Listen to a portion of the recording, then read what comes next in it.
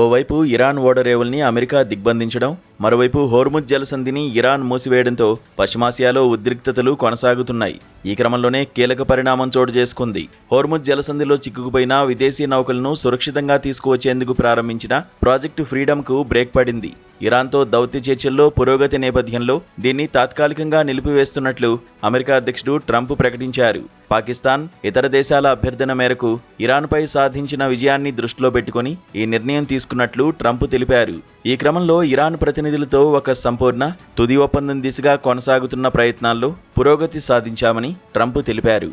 Iran ఓడరేవులపై దిగ్బంధనం మాత్రం కొనసాగుతోందని స్పష్టం చేశారు. ఒప్పందంపై పూర్తి స్పష్టత వచ్చేంత వరకు ప్రాజెక్టు ఫ్రీడమ్ను తాత్కాలికంగా నిలిపివేస్తున్నట్లు వెల్లడించారు. అయితే హోర్ముజ్ జలసంధిలో చిక్కుకున్న వాణిజ్య నౌకలు సురక్షితంగా వెనక్కి తీసుకువచ్చేందుకు అమెరికా ప్రాజెక్టు ఫ్రీడమ్ను ప్రారంభించింది. దీనిపై ఇరాన్ తీవ్ర ఆగ్రహం వ్యక్తం చేసింది. ఈ క్రమంలోనే ఆపరేషన్ ఫ్రీడమ్ను వ్యతిరేకిస్తూ యుఏఈపై ఇరాన్ దాడులు కూడా చేసింది.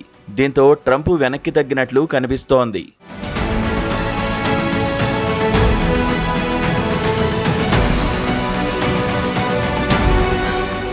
మరోవైపు ఇరాన్ బహిరంగ ప్రకటనలకు విరుద్ధంగా తమతో ఒక ఒప్పందం చేసుకునేందుకు రహస్యంగా ప్రయత్నిస్తోందని ట్రంప్ అన్నారు.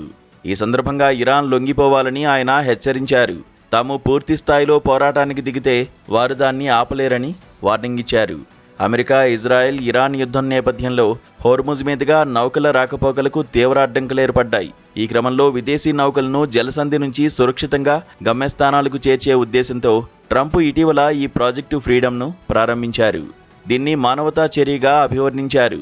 ఇందుకోసం ఆయా నౌకలకు అమెరికా బలగాలు మార్గనిర్దేశం చేస్తాయని వెల్లడించారు. ఇది సోమవారం ఉదయం నుంచే ప్రారంభం అవుతుందని తెలిపారు. చాలా నౌకల్లోని సిబ్బంది ఆహారం, నిత్యావసరాల నిల్వలు లేక ఇబ్బందులు ఎదుర్కొంటున్నట్లు ట్రంప్ గుర్తు చేశారు. తాము తలపెట్టిన ఈ మానవతా ప్రక్రియకు ఇరాన్ ఎలాంటి ఆటంకం కలిగించినా దాన్ని బలప్రయోగంతో ఎదుర్కొంటామని ట్రంప్ ఇటీవల వార్నింగ్ ఇచ్చారు.